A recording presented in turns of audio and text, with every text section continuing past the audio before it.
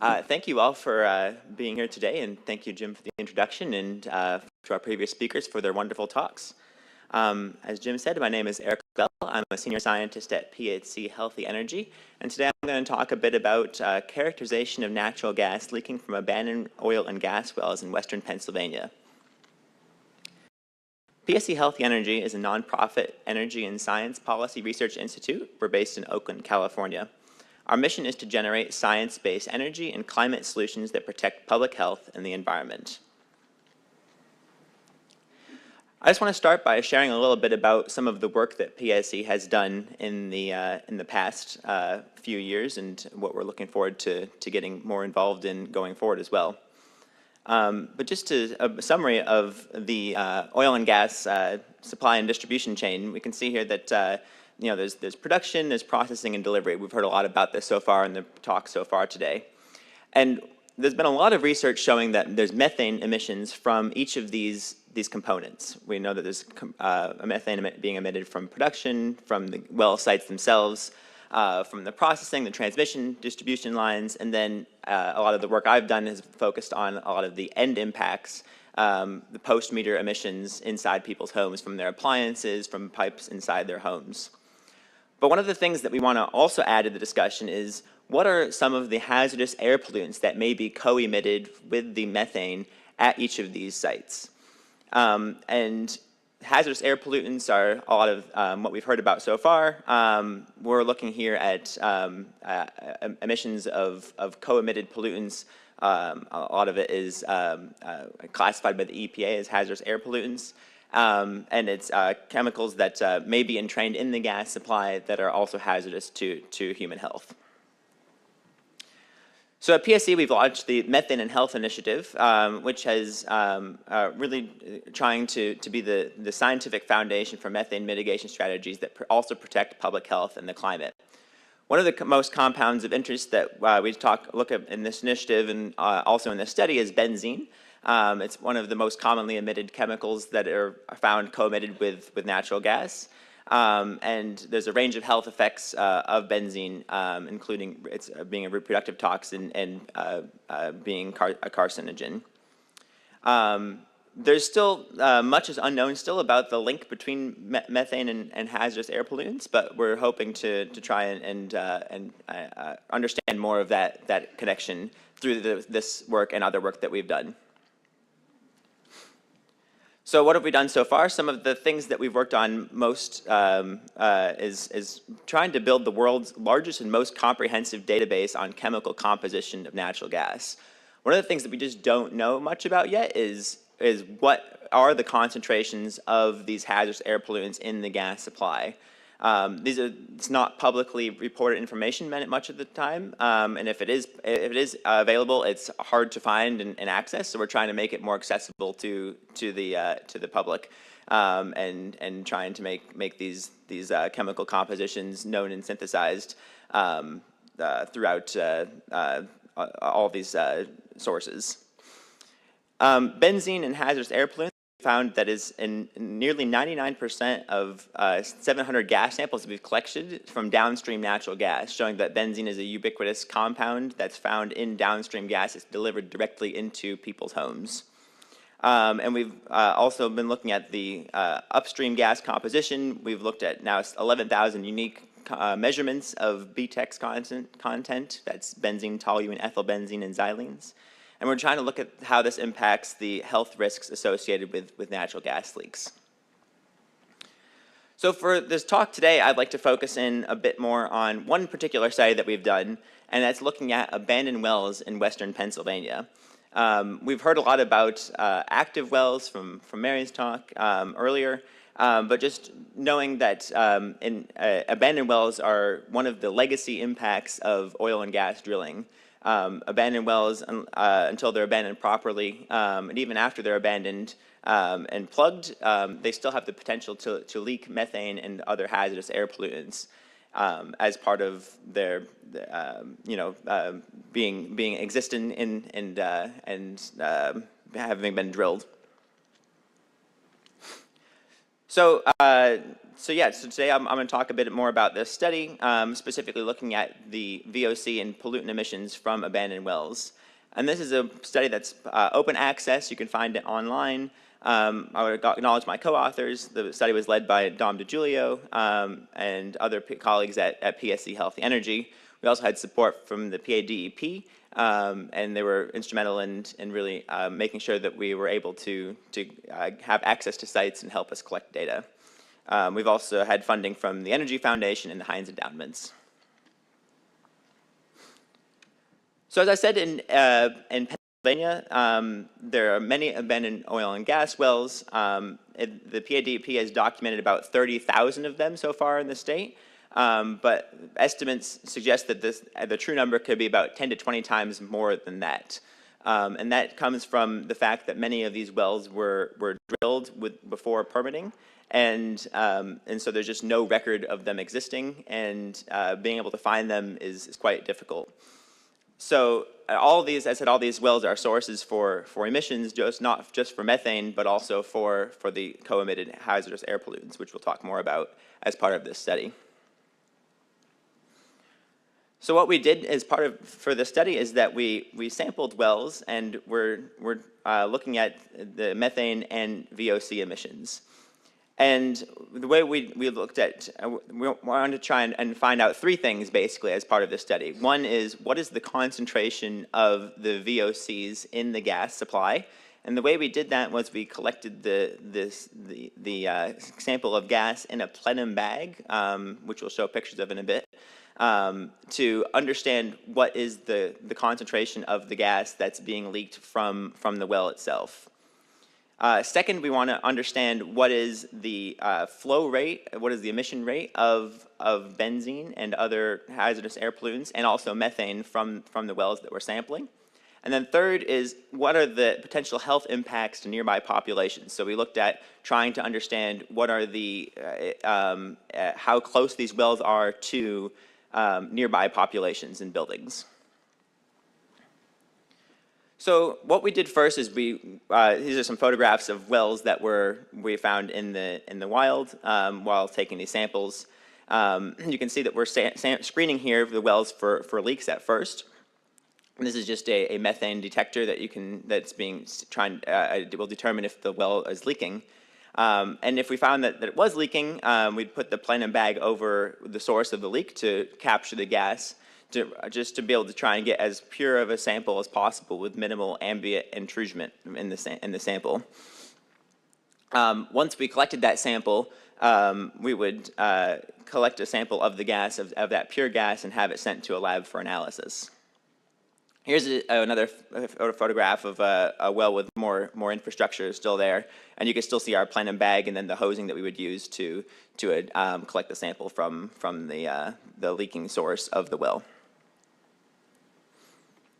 Here's some results from the screening that we did, and you can see that there's two types of screening. There's open screening, which just means when you're taking the methane gas detector and testing the concentrations nearby the source of the leak, and then the sealed screening, which is when we collected the sample in that bag.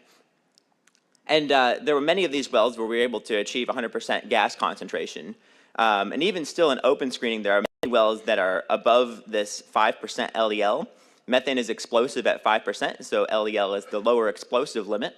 So any concentration detected above that also means that this is a safety risk. It has a risk of being above that lower explosive limit in the open air as we were screening it.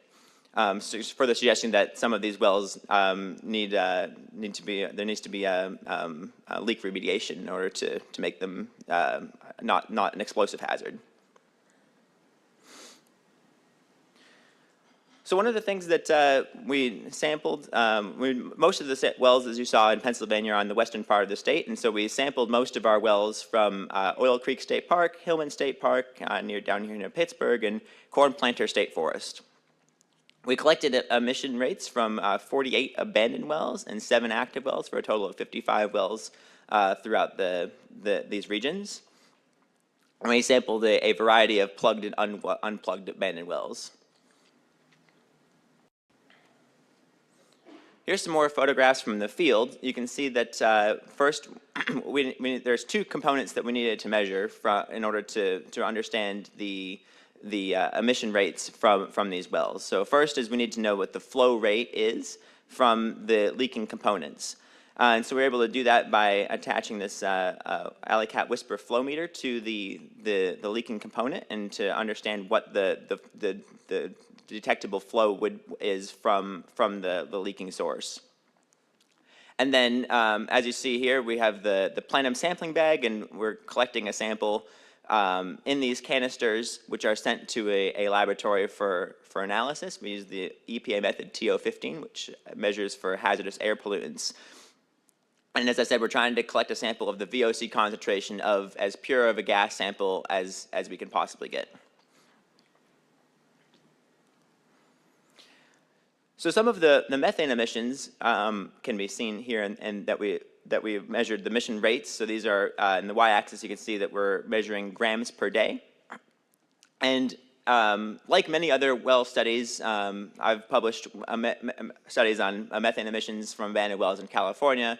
I saw Amy Townsend-Small in the audience. She's also done a lot of work on methane emissions from abandoned wells. And one of the key findings of these studies is that methane emissions from abandoned wells are typically long-tail distributed, which means that some of the wells emit most of the emission rates. And that can be seen here too, where just a few of these wells have some of those highest emission rates, suggesting that there are a few wells that, if targeted for methane mitigation, could really save the bulk of the emissions, assuming that that doesn't impact other nearby wells as well. Looking at VOC concentrations from the wells, so we can see here that this is, the y-axis is the concentration of each of these VOCs listed on the x-axis. And notice that this is a log scale, so each of these increments is 10 times more of a higher concentration. And we can see that there were 13 VOCs that were detected with regularity from the abandoned wells that we screened in western Pennsylvania. Of these wells, of these compounds, I mean, benzene was the one that was detected most commonly and has the highest implications for public health due to its toxicity. It's one of the most toxic compounds of the ones that are listed here at the lowest concentrations. So this is the compound that we've considered the highest concern of these 13 compounds in this list.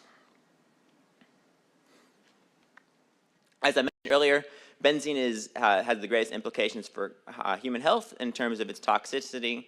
It's a carcinogen and a reproductive toxin. In California, the OEHA has established a reference exposure level of 3 micrograms per meter cubed, or about 1 part per billion.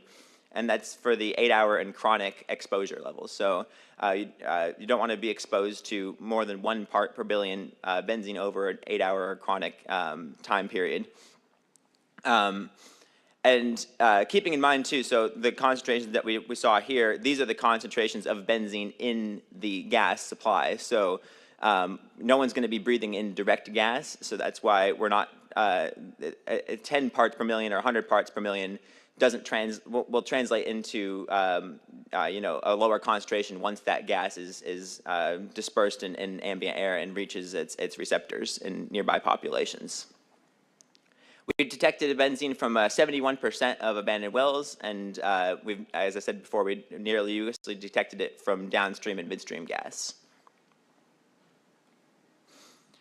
So this is a plot of the benzene emission rates that we measured from the wells that we sampled. As I mentioned, we need to have both the benzene concentration and an established flow from the well.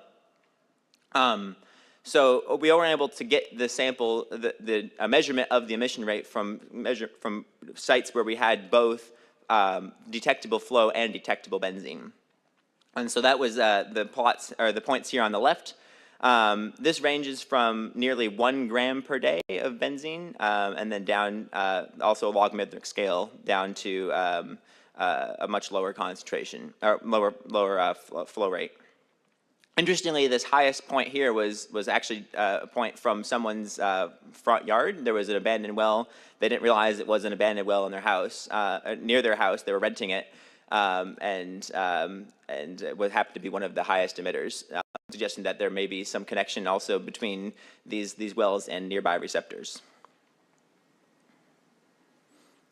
So this compares our results to other studies that have been done in the past, and this is looking just at benzene concentrations. Our study was the first one that was able to identify the emission rate of benzene from these abandoned wells. Other studies in the past have mainly looked at the concentrations found of benzene in the gas supply. And noting also that this is all from, we're also the first study that have looked at abandoned wells specifically. All these other studies have been looking more at benzene measurements from active wells only. But it shows that even the abandoned wells are in line with the concentration that you'd expect to find of benzene in other studies across the country, also from emissions from active wells as well. As part of this study, we also screened for hydrogen sulfide. We screened 45 wells for hydrogen sulfide, and it was detected at 1.5 and 5 parts per million at 2 unplugged wells and 11.2 parts per million at a plugged well. And the plugged well had a flow rate of 146 meters cubed per day. And hydrogen sulfide is important. It's also a gas that's typically associated with oil and gas production, and finding it from abandoned wells is also a concern if there are nearby receptors to the hydrogen sulfide emissions.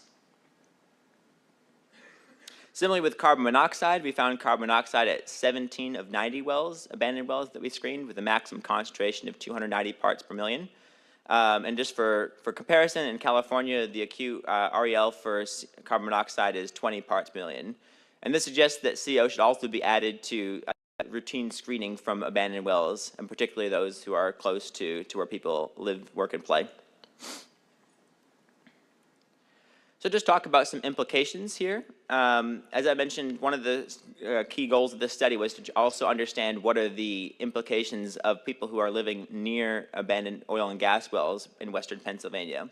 And so what we did is we did a proximity analysis to understand how close people live to these wells, and where is the nearest building to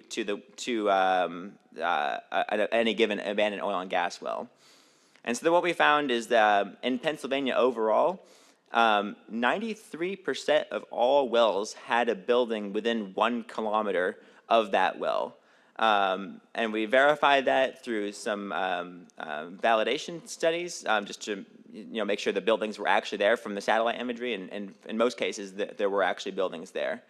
And these are only the wells that are reported. As I mentioned before, there are 10 to 20 times more abandoned wells in the state than are recorded. So this number could be significantly higher than 17,300. And a similar story is true in Allegheny County. 80% of the wells in Allegheny County had a building or residence within 1 kilometer of the site of the abandoned well.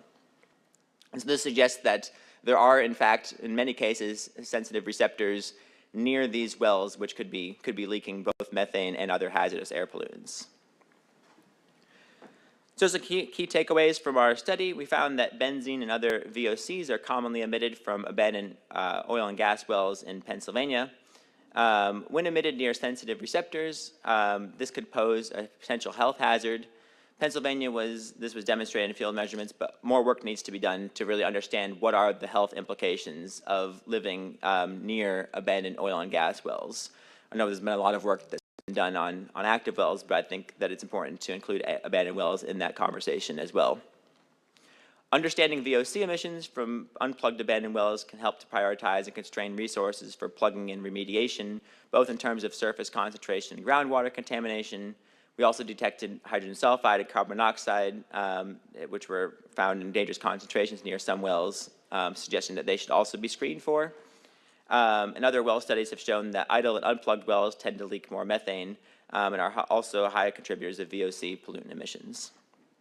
So, in takeaway, I think that what's important to note is that there's been a lot of talk about abandoned wells and oil and gas drilling on the climate. We know that methane is a strong greenhouse gas, but also I think important to inject into this conversation is also what are the emissions of the health pollutants that could also be co-emitted with the methane alongside the emissions from these sources. I'd like to thank you for your time and attention, and I think we're going to be shifting over to the panel discussion momentarily. I'll turn it back over to Jim to start that process. Thanks so much. Appreciate it.